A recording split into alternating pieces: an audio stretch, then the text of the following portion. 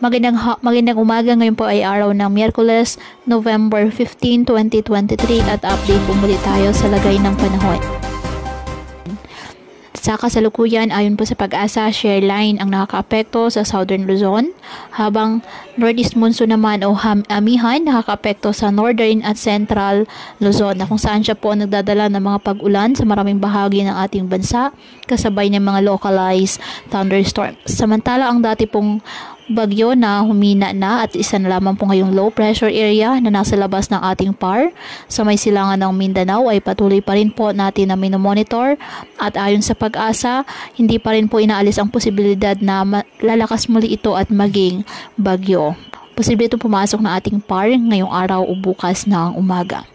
At ang susunod po na pangalan ng bagyo na gagamitin ng Pag-asa ay Bagyong Kabayan.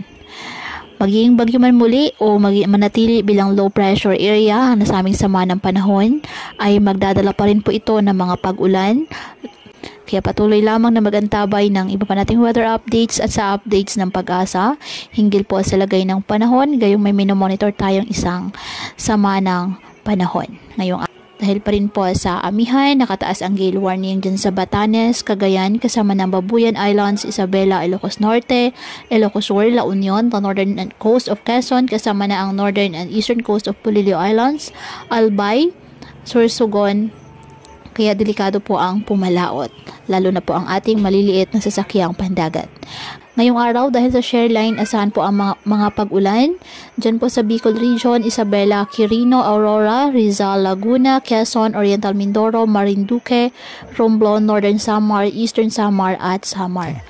Ang Apayao, Kalinga, Ifugao Mountain Province, apektado naman po ng Northeast Monsoon o amihan. Asahan din po ang maulap na kalangitan na may mga pag-ulan. Ganon din po asahan sa Ilocos Region, Abra, Benguet at nalalabing bahagi ng Central Luzon. Bahagyang maulap hanggang sa maulap na kalangitan with isolated light rains dahil pa rin po sa amihan. Ang nalalabing bahagi naman po ng ating bansa kasama na ang Metro Manila, bahagyang maulap hanggang sa maulap na kalangitan with isolated rain showers or thunderstorms dahil po sa shear line at localized thunderstorms. Kaya po patuloy po natin na pinag-iingat ang ating mga kababayan sa banta ng mga pagbaha at pagguho ng lupa, at ugaliin po na magdala palagi ng payong o kahit anumang panangga sa ulan kapag lalabas ng ating mga tahanan. At yan po muna ang update sa lagay ng panahon ngayong araw. Muli patuloy po tayo na mag-ingat at palaging tandaan, God loves you. Stay safe and God bless.